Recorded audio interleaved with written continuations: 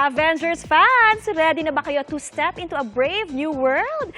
Ang movie kasi ng bagong Captain America, directed ng first-time Marvel director na ilang taon ding tumira sa Pilipinas noong bata pa.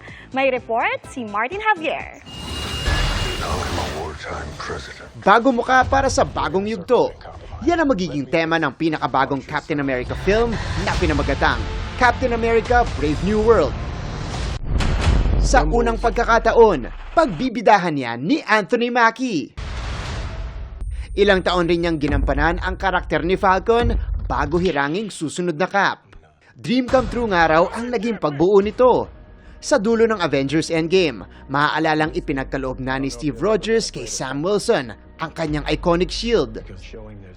The shield part was emotional. It was a culmination of a long road of work and patience. I never saw it coming. I never thought in any lifetime I would be Captain America.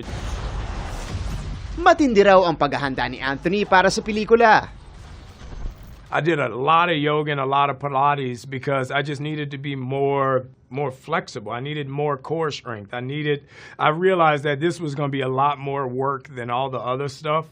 All the other times I've been in a suit and been on the wires. Isa pang fun trivia dahil ang first-time Marvel director na si Julius Ona, lumaki pala sa Pilipinas. That is true. I lived in the Philippines from when I was 1 to 6. Just a little. I mean, I was saying Magandang Umaga earlier today, so there's a little bit. I know too many bad words, so I won't repeat those right now. But I went to school at Obi Montessori, and I was also at Assumption for a little while. And I ate way too much champurrado.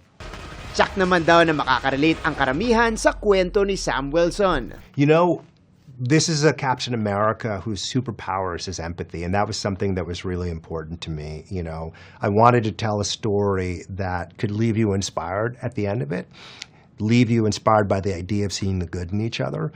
And it was just something that could come very organically to this because of who Sam Wilson is. But even I can't deny. Kaabang-abang kasi ang pagganap ni Harrison Ford as Red Hulk na siyang magpapahirap sa buhay ng bagong Cap.